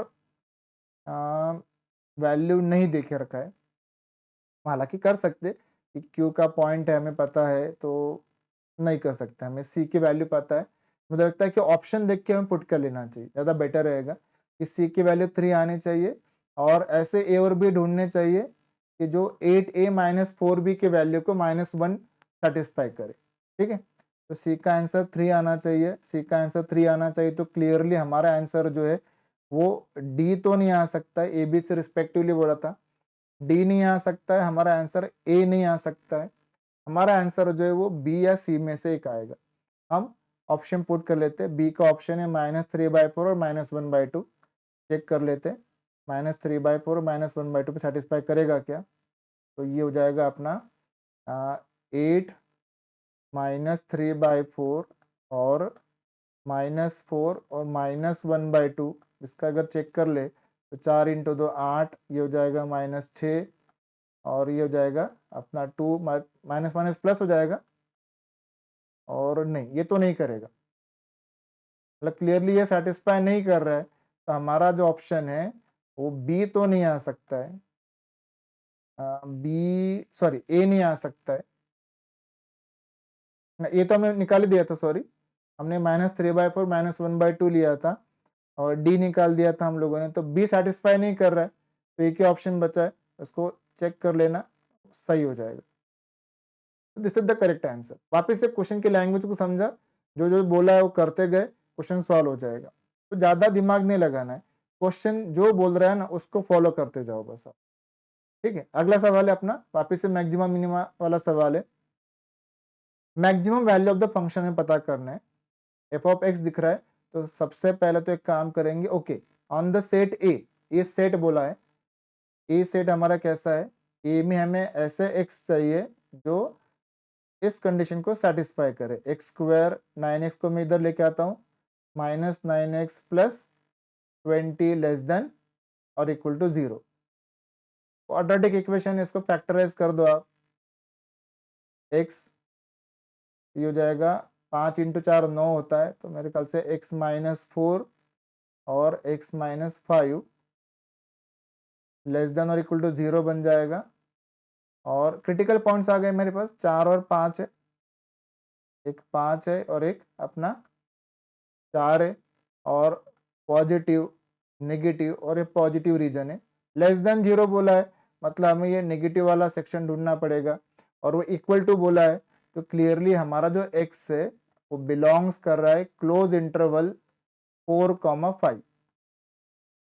मतलब हमारा जो x है वो यहाँ से उठाना है 4 या 5, 4 5 या उसके बीच का वैल्यू होगा, जहाँ पे अपने फंक्शन की वैल्यू जो है वो क्या होगी हमें चेक करना। ठीक है, अब एफ ऑफ एक्स, हालांकि हम डायरेक्ट भी चेक कर सकते, तो क्या वैल्यू आएगा वो देख सकते, बट एक बार इसका डेरिवेटिव लेके चेक कर लेते, एफ डैश एक्स कर लेते हैं। ठीक है, एफ ऑफ एक्स है, उसको मैंने डिफ्रेंशिएट कर दिया विथ रिस्पेक्ट टू एक्स, तो उसका डेरिवेटिव में डायरेक्ट लिख देता हूँ, f dash x equal to, यहाँ पे हो जाएगा 2x³ का डेरिवेटिव हो जाएगा, 3 आगे आ जाएगा, तो ये हो जाएगा 6x² माइनस 30x प्लस 36 48 का डेरिवेटिव 0 है, इसके वैल्यू आप 0 पुट कर दो। तो यहाँ से अगर आप देखोगे तो 6 कॉमन निकाल लेता हूँ, तो x square minus 5x plus 6 equal to 0। इसको फैक्टराइज कर दो, तो 3 और 2 5 होता है, 3 इंटू 2 6 होता है, तो सही हो जाएगा। तो यहाँ पे आ रहा है अपना x जो है x माइनस 3 और x माइनस 2 इक्वल टू 0। तो x की वैल्यू 3 और 2 है, बट ये हमारे उस इंटरवल को बिलोंग नहीं कर रहे, ये do not belong to the interval 4 और 5। मतलब हमारी जो वैल्यू होगी वो 4 और 5 के इंटरवल में सेट होने वाली, 2 और 3 पे तो आने वाली नहीं है, ये क्लियर हो गया। अब वैल्यू आप देख लो कि 4 पे एक बार हम सेकंड डेरिवेटिव लेके देख सकते हैं, क्योंकि अगर हम मैक्सिमम मिनिमम वैल्यू देखना है तो हम सेकंड ऑर्डर डेरिवेटिव अगर हमारा नेगेटिव आता है तो हमारा मैक्सिमम वैल्यू होता है, और सेकंड ऑर्डर डेरिवेटिव अगर हमारा पॉजिटिव है तो हमारा जो वैल्यू है फंक्शन का मिनिमम होता है। तो यहाँ पे क्लियरली उसने तो क्या बोला है कि मैक्सिमम वैल्यू मतलब सेकंड ऑर्डर डेरिवेटिव जो है वो अपना नेगेटिव दिखना चाहिए। तो 2x माइनस 5, 2x माइनस 5 और x की वैल्यू अगर मैं 4 पुट कर लूँ या 5 पुट कर लूँ, तो देखते हैं एक बार सेकंड ऑर्डर डेरिवेटिव भी चेक कर लेते हैं इसका। हालांकि आप डायरेक्ट आंसर अब चेक कर सकते हो, 4 या 5 वैल्यू पुट करके भी आप चेक कर सकते हो डायरेक्ट, कोई दिक्कत नहीं उसके अंदर। तो एक काम करते हैं, हम डायरेक्ट वैल्यू चेक कर लेते हैं। पुट x इक्वल टू 4, एक बार x की वैल्यू 4 पुट कर लेते हैं एफ ऑफ x में, मतलब हम एफ ऑफ 4 निकाल लेते हैं, और एक बार हम एफ ऑफ 5 निकाल लेंगे, पता चल जाएगा कौन सी वैल्यू अपनी बड़ी है। ठीक है, तो अभी हमारा जो फंक्शन है एफ ऑफ एक्स जो हमें देख रखा था 2x क्यूब, एक बार मैं वापिस से लिख देता हूँ, हमारा एफ ऑफ एक्स क्या था, एफ ऑफ एक्स था हमारा 2x cube minus 15x square, 15x square, ठीक है, plus 36x plus 36x minus 48 था, और इसमें मुझे x की वैल्यू जो है वो 4 जो है पुट कर देनी। ठीक है, x की वैल्यू 4 पुट कर लेते हैं, तो चेक कर ले, 4 पुट करेंगे तो 4 का क्यूब, 4 का क्यूब हो जाएगा अपना 64, 64 का डबल हो जाएगा 128 माइनस 4 का स्क्वायर 16, 16 इंटू 15 करेंगे तो 15 इंटू 15 225 प्लस 15 240 हो गया, ये 36 इंटू 4 72 का डबल 144 हो जाएगा, 144 है, और माइनस 48, 144 में से 48 को माइनस कर दो, तो 144 में से 44 चले गए, तो 100, 100 में से 2 कम कर दो, तो कितने बचेंगे अपने माइनस 98 बचेंगे। 98, 128 प्लस 98 अगर करोगे तो 128 प्लस 100 मतलब 228 में से 2 कम कर दो, 216, 226 सॉरी, 226, 226 सही है, 226 में से 240 माइनस कर दो, तो मेरे ख्याल से ये आंसर मेरा आना चाहिए 16 आना चाहिए, माइनस 16 आना चाहिए। ये पूरा कैलकुलेशन जो है this will be equal to minus 16। एक बार आप वापस से चेक कर लेना कैलकुलेशन, अगर मेरा कुछ एरर है वहां पे तो। x की वैल्यू एक बार मैं 5 पुट कर लेता हूँ, और फिर देख लेता हूँ एफ ऑफ 5 की वैल्यू कितनी बन रही है। तो 5 का क्यूब 125, 125 का डबल हो गया 250 माइनस x मतलब 5, 5 का स्क्वायर 25, 25 इंटू 15 करोगे तो 25 इंटू 10 हो गया 250, और ऊपर के 125 मतलब 375 हो गया, 375 हो गया, प्लस 36 इंटू, मुझे कर देना यहाँ पे 36 इंटू 5, 36 इंटू 5 करेंगे तो 180, 180, और ये माइनस 48। चलो इसका हम पूरा कैलकुलेशन कर लेते हैं। पहले तो 250 में से 48 माइनस कर दो, 250 में से 48 अगर माइनस करोगे तो 202 बचेगा, 202, 202 प्लस 180, 202 प्लस 180 कर देता हूँ, ये वैल्यू हो गया मेरे पास 2, ये 8, और ये 2 और 1 3 हो गया, 3 हो गया, तो ये हो जाएगा मेरे पास 382 माइनस 375, मतलब 7। हाँ, 7 आंसर सही है। तो बस मैक्सिमम वैल्यू पता करना था, तो मैक्सिमम वैल्यू आ गया हमारा इसमें 7 आंसर आ जाएगा हमारा। तो चेक करते 7 ऑप्शन हमें देख के रखा है कि नहीं ऐसा। जहाँ पे 7 आंसर होगा वही हमारा करेक्ट ऑप्शन है। 7 आंसर दिखना चाहिए। 16 -16 में दिया, देखो फंसाने के लिए उसने बोला है सब आंसर दे के रखे। तो 7 -7 भी दिया है, थोड़ा गड़बड़ किया साइन में, तो वो भी आपका मैच कर जाएगा। तो इक्वेशंस हमने इतना सब सॉल्व किया है, थोड़ा भी प्लस माइनस कर दिया, तब पानी फिर जाता है हमारी मेहनत के ऊपर। तो प्रिकॉशंस लेना बहुत ज़रूरी है। दुर्घटना से देर भली ऐसा बोलते हैं, पर बहुत देर मत कर देना, तो तुक्का लगाने का टाइम आ जाएगा। फिर क्वेश्चन हो जाता है, लैंग्वेज को पकड़ना है। अगला क्वेश्चन लेते हैं। If the normal to the curve y equal to f of x at the point 3, 4 makes an angle of 3 pi by 4 with the positive x axis, ये बोल रहे कि एक कर्व है अपना y equal to f of x, उसको एक normal draw किया हुआ है जो x एक्सिस के साथ 3 पाई बाय 4 का एंगल बना रहा है। तो सीधी सी बात है भैया कि स्लोप ऑफ द नॉर्मल जो है वो मुझे मिल जाएगा। स्लोप हमेशा होता है tan थीटा होता है, तो ये हो जाएगा मेरे पास tan थीटा, और थीटा जो है और मैं देख के रखा है 3 पाई बाय 4 दिख रहा है। तो tan 3 पाई बाय 4 ये हमारा जाएगा क्वाड्रेंट 2 में जाएगा। क्वाड्रेंट 2 में tan नेगेटिव होता है, तो ये वैल्यू आ जाएगा मेरा -1। नॉर्मल का स्लोप अगर -1 है तो टेंजेंट का स्लोप जो होगा उसका रेसिप्रोकल होके साइन चेंज कर देना होता है। टेंजेंट का स्लोप हो जाएगा 1। ठीक है, जरूरत पड़ेगी तो देखेंगे, अदरवाइज -1 से काम चलाएंगे। Then the value of f dash 3, देखो टेंजेंट का स्लोप मतलब dy बाई dx। टेंजेंट का स्लोप मतलब भी आपको एक तरीके से dy बाई dx का वैल्यू जो है वो दे के रखा हुआ है 1, और y equal to f of x था, तो भैया उसका डेरिवेटिव ले लो आप। y equal to f of x था, तो उसका जो डेरिवेटिव है वो आ जाएगा dy by d x equal to f dash x हो जाएगा। और dy बाई डी एक्स की वैल्यू तो 1 दे के रखिए, तो 1 is equal to f dash x से। और एफ डैश 3 की वैल्यू बोली है तो कोई फर्क नहीं पड़ रहा है, वो तो dy बाई डी एक्स का वैल्यू बनी रहने वाला है। तो 1 is equal to f dash x की वैल्यू में कुछ भी पुट कर दो, तो कांस्टेंट है भैया, स्लोप तो जो है वही रहेगा। एफ डैश 3 का जो वैल्यू है वो 1 है। तो काफी आसान सवाल था, हमने लैंग्वेज को पकड़ लिया, और देखो डी ऑप्शन हमारा सही मैच कर रहा है। ठीक है, चलो अगला सवाल लेते हैं। क्या बोला है कि थोड़ा सा, हाँ हो गया। फंक्शन दिया हुआ है मोनोटोनिकली डिक्रीजिंग। ठीक है, फंक्शन डिक्रीजिंग बोल दिया है भैया। फंक्शन डिक्रीजिंग मतलब एक तरीके से बोलना चाह रहा है एफ डैश एक्स की वैल्यू जो है वो लेस देन 0 है। ये हमारा क्लियर हो गया। डेरिवेटिव ले लेते हैं डायरेक्टली। कितना आ जाएगा, एफ डैश एक्स का वैल्यू हो जाएगा हमारा एक्स क्यूब का डेरिवेटिव हो गया 3x square minus 12x plus 9, और इसके वैल्यू लेस देन 0। 3 कॉमन निकाल लो, 3 कॉमन निकाल लोगे तो x square minus 4x plus 3 less than 0। Factorise कर दो तो 3 बन जा 3, 3 प्लस 1 4 होता है, x minus 3 x minus 1 less than 0। Critical point पता कर लो। क्रिटिकल पॉइंट्स आ गए हमारे जहाँ पे हमारा एफ डैश एक्स का वैल्यू 0 होगा। तो क्रिटिकल पॉइंट्स हो गए x equal to 3, x equal to 1, ये हमारे वो क्रिटिकल पॉइंट्स है।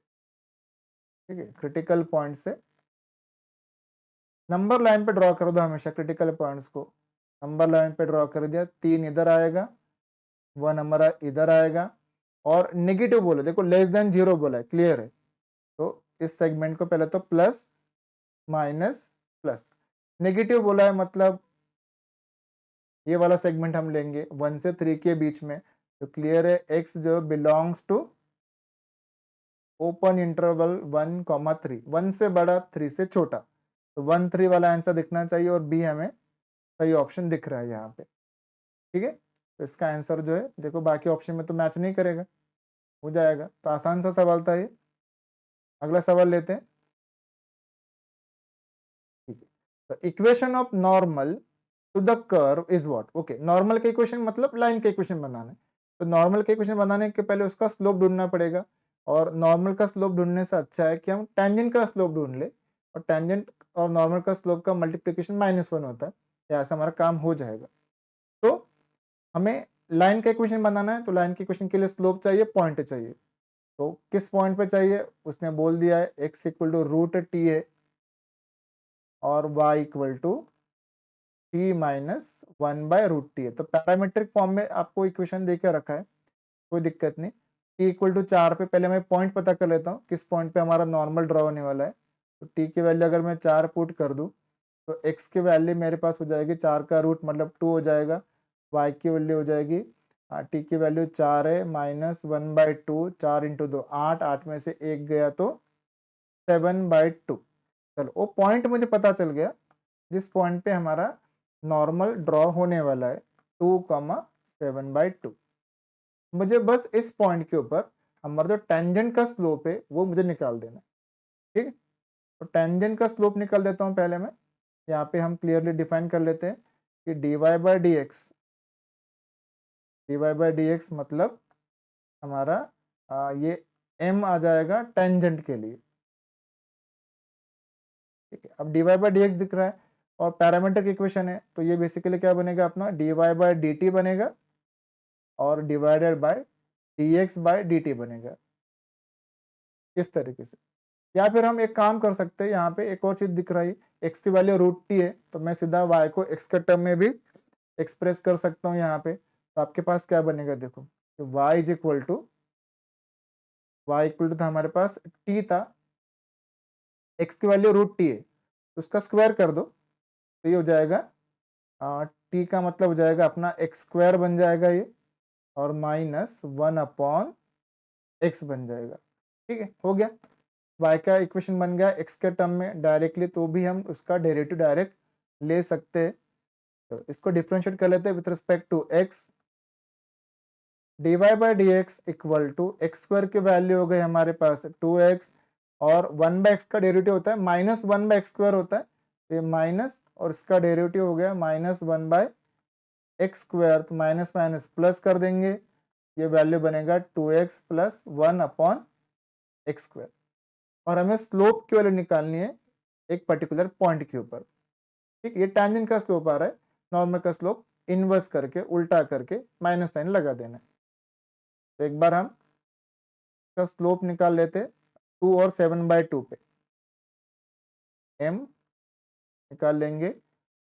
x की वैल्यू मुझे 2 पुट कर देनी है और y की तो जरूरत ही नहीं पड़ रही, खैर तो 2 इंटू 2 प्लस 1/2 का स्क्वायर 4, तो हो गया 4 इंटू 4 16, 16 प्लस 1 17, 17/4, 17/4, ये हमारा टेंजेंट का स्लोप आया।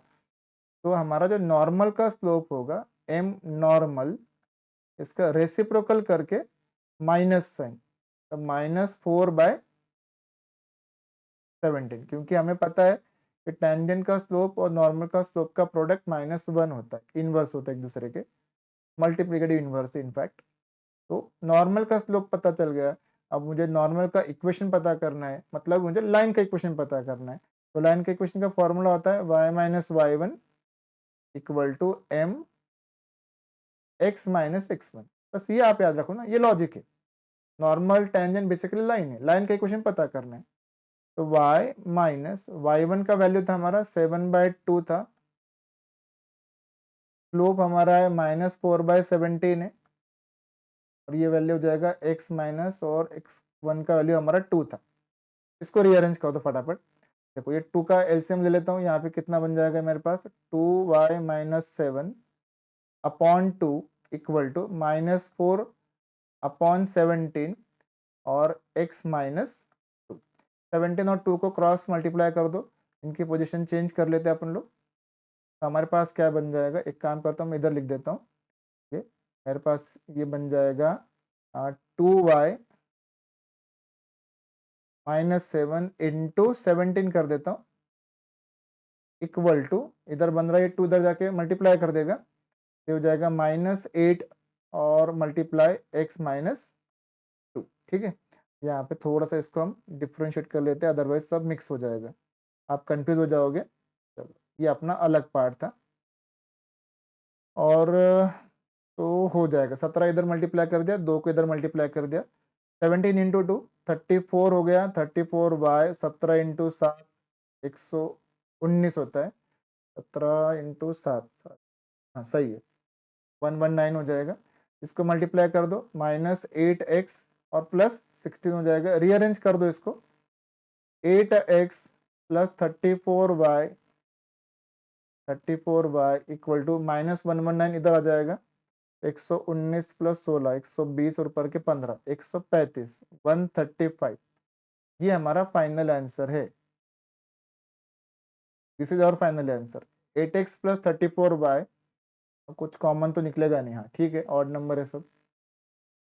देख लेते, 8x 34 और 135, 8x 34 और 135 हमें दिख रहा है option D is the correct answer. ठीक है, चलो अगला सवाल ले लेते हैं।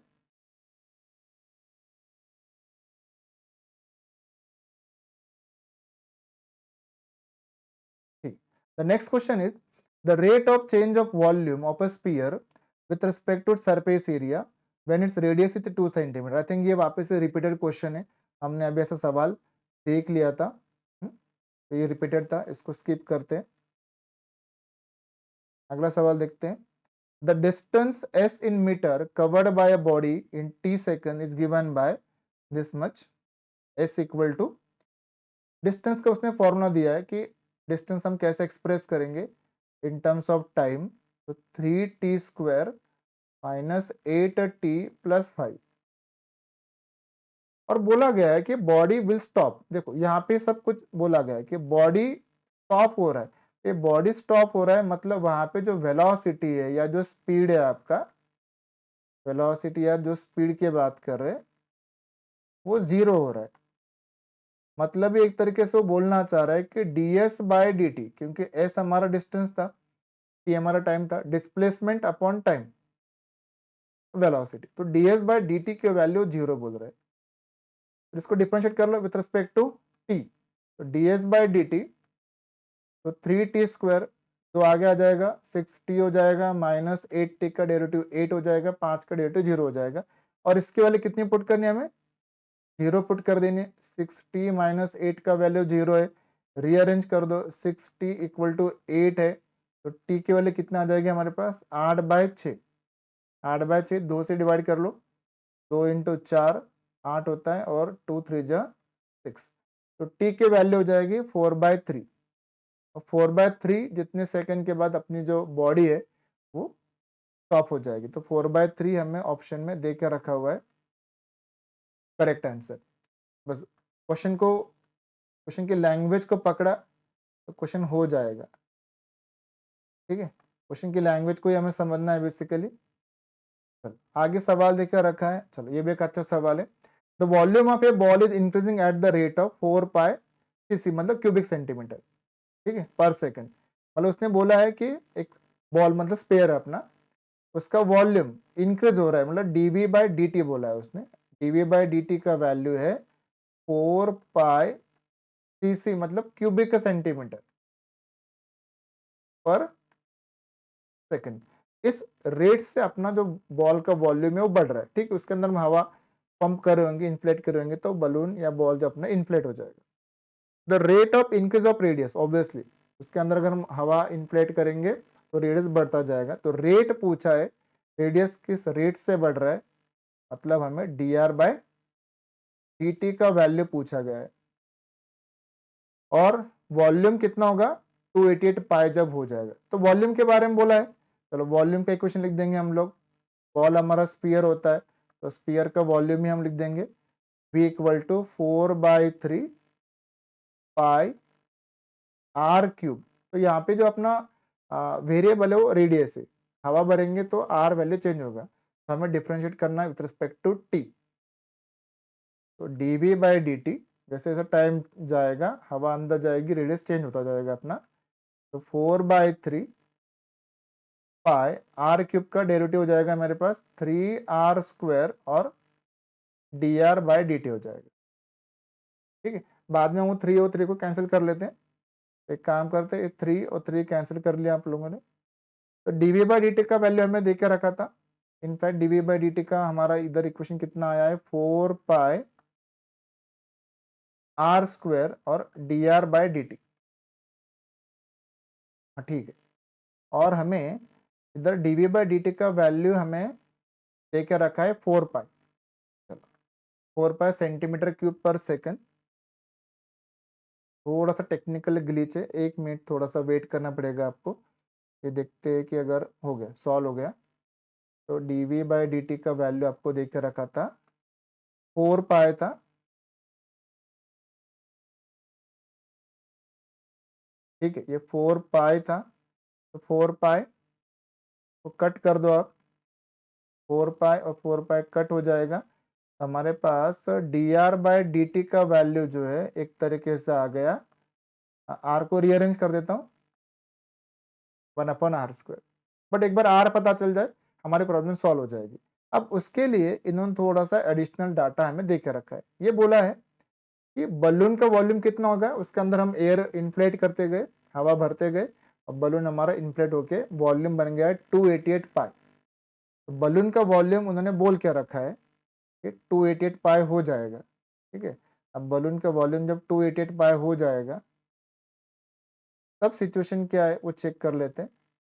ठीक, उन्होंने बोला है कि वॉल्यूम जो है वो 288 पाई है, तो volume 288 pi, this is equal to, volume होता है हमारे पास 4/3 पाई आर क्यूब होता है। ठीक है, पाई पाई को कैंसिल कर दो दोनों तरफ से, पाई कैंसिल हो जाएगा, बाकी जो इनको रीअरेंज कर दो। आर क्यूब का वैल्यू आ गया हमारे पास 288 मल्टीप्लाई बाई 3 डिवाइडेड बाय 4। 4 से डिवाइड कर लेते हैं, 4 इंटू 7 28 होता है, 4 इंटू 2 8 इंटू 3। आर क्यूब है तो क्यूब रूट निकालना पड़ेगा, तो डेफिनेटली ये क्यूब रूट में सेट हो जाएगा मेरे ख्याल से। 72 को मैं लिख देता हूँ, इसको मैं लिख देता हूँ 6, या फिर कितना हो जाएगा ये, 3 इंटू 2 6 हो गया, 7 इंटू 3 21 हो जाएगा, 216। तो अपना 6 का अपना ये होता है, क्यूब होता है, 36 इंटू 6 करेंगे तो सही हो जाएगा। मतलब आर क्यूब जो है वो 6, सॉरी 6 का क्यूब है, तो आर के वाली कितनी हो जाएगी अपनी, 6 हो जाएगी। आर के वाली अगर 6 हो रही है, तो हमें तो क्वेश्चन पूछा गया था d are by D T का, तो d are by D T का आंसर कितना आ जाएगा हमारे पास, क्वेश्चन था d are by D t के लिए, तो d are by D T का आंसर आ जाएगा हमारा, d are by D T equal to 1/r² था, तो 1/36 हो जाएगा। तो हमारा आंसर 1/36 दिखना चाहिए। 1/36 ऑप्शन को चेक कर लेते हैं, 36 तो नहीं चलेगा, 1/36 देकर रखा है, कंफ्यूजन नहीं होना चाहिए। 1/36 अलग है, 36 अलग है। ठीक है, तो इनफैक्ट बहुत आसान सवाल है, उम्मीद है आपको समझ आ रहा होगा क्वेश्चन को करना कैसे है। ठीक है, चलो एक लास्ट सवाल लेते हैं आज का लेक्चर का, एलएमवीटी का सवाल है। बढ़िया है, लेग्रांजेस मीन वैल्यू थ्योरम, हमने इसका बेसिक पढ़ा था। थियरी हमें क्या सिखाता है कि एक फंक्शन दिख रहा है जो अपना कंटिन्यूअस है एक पर्टिकुलर क्लोज इंटरवल में, डिफरेंशिएबल है ओपन इंटरवल में। तो एलएमवीटी आपको बताता है कि ये जो आपका इंटरवल दिख रहा है 0 से 4, इसके बीच में आपको कोई एक पॉइंट मिलेगा, सी कोई पॉइंट है पता नहीं, जिस पे हमारा जो वैल्यू है फंक्शन का, वो वैल्यू उसके एक्सट्रीम पॉइंट के जो वैल्यूज है उनका डिफरेंस डिवाइडेड बाय उनके रेंज के बराबर होगा। ये हमारा एलएमवीटी था। ठीक है, एलएमवीटी हमारा बेसिकली क्या था कि अगर हमारा एक फंक्शन है एफ ऑफ एक्स, और सी एक पॉइंट है एक इंटरवल में ए कॉमा बी में, तो एलएमवीटी हमें बताता है कि F of C, sorry F dash C की वैल्यू जो है वो किसके बराबर होती है हमारी, F of B minus F of A upon B minus A के बराबर होती है। ये हमारा एलएमवीटी है। तो यहाँ पे देख लो फंक्शन का जो रेंज दिख रहा है आपको, जो इंटरवल दिया है वो 0 से 4 के बीच में आपको देखना है। एफ ऑफ 4 की वैल्यू निकाल लेते हैं, F of 4 minus F of 0 divided by 4 minus 0। ठीक है, एफ ऑफ 4 की वैल्यू निकाल लेते हैं। एक्स की वैल्यू अगर मैं 4 पुट कर देता हूँ और एक बार मैं 0 पुट कर लेता हूँ, तो वैल्यू हमें देखनी है। अगर मैं एक्स की वैल्यू 4 पुट कर लेता हूँ, 4 में से 1 गया मतलब 3, 4 में से 2 गए मतलब 2, 4 में से 3 गया मतलब 1, तो 3 इंटू 2 6, 6 इंटू 1 6 हो गया, माइनस एफ ऑफ 0, एक्स के लिए 0 पुट करना है, 0 पुट करेंगे तो कितना आ जाएगा ये, -1 into -2 into -3, minus into minus plus, again minus है तो माइनस, तो -6 हो जाएगा, -6 डिवाइडेड बाय 4, तो 6 और 6 माइनस माइनस प्लस कर देंगे, 12/4 मतलब 3। ठीक है, बस सिंपल से कैलकुलेशन किया है, कुछ नहीं किया अपन लोगों ने। अब वो बोल रहा है कि एलएमवीटी अप्लाई कर दिया, एलएमवीटी अप्लाई कर दिया, अब आगे का पार्ट अपने को देखना है। ठीक है, तो थोड़ा सा मिटा लेते हैं अपन लोग।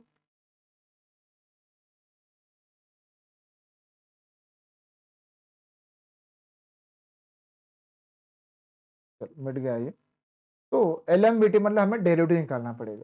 ठीक है, डेरिवेटिव निकालना पड़ेगा, वो भी एफ डैश एक्स का डेरिवेटिव निकालना पड़ेगा, और बाद में हम सी एक्स की जगह पुट कर देंगे।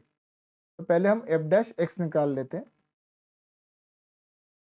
एफ डैश सी निकालना है मतलब हमें फंक्शन की डेरिवेटिव निकाल के जहाँ जहाँ पे एक्स होगा वहाँ पे हमें सी पुट कर देना है। तो हमें वो वैल्यू सी का वैल्यू पता करना था। एफ डैश एक्स की वैल्यू क्या आएगी देखो, अब 3 फंक्शन है, सॉरी 3 ब्रैकेट है, एक ब्रैकेट का डेरिवेटिव लेंगे, बाकी 2 ब्रैकेट हमारे कांस्टेंट। पहले ब्रैकेट का डेरिवेटिव लेता हूँ, x माइनस 1 का डेरिवेटिव अगर लेंगे तो उसका डेरिवेटिव 1, बाकी 2 ब्रैकेट हमारे constant, x minus 2, x minus 3।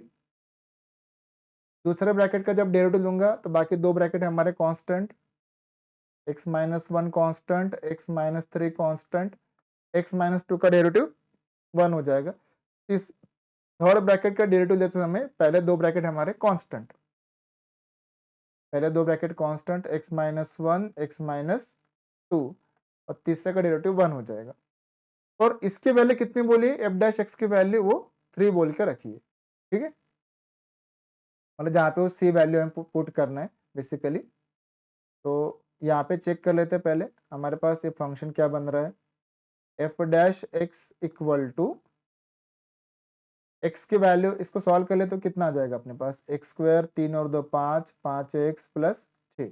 ठीक है, नॉर्मल हमारा क्वाड्रेटिक इक्वेशन को फैक्टर के फॉर्म में लिखा हुआ था, इसको सिंप्लीफाई कर दिया मैंने, एक्स स्क्वायर 3 और 1 4 माइनस 4x प्लस 3, और यहाँ पे हो जाएगा एक्स स्क्वायर माइनस 2 और 1 3 प्लस 2।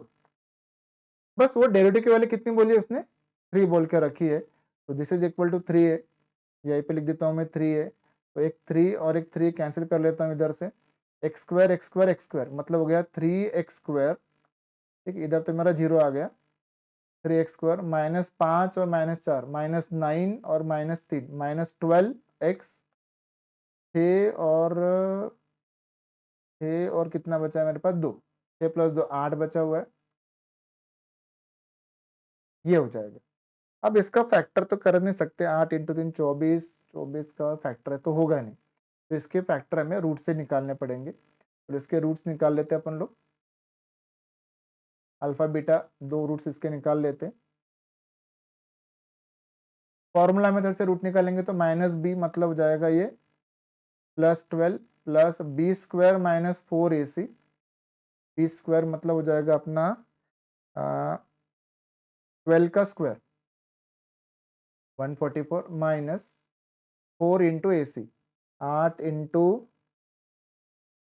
4, 4 इंटू 3 12, 12 इंटू 8 96 हो जाएगा ये 4 ए सी में, 4 इंटू 3 12, 12 इंटू 8 96 हो गया, सही है।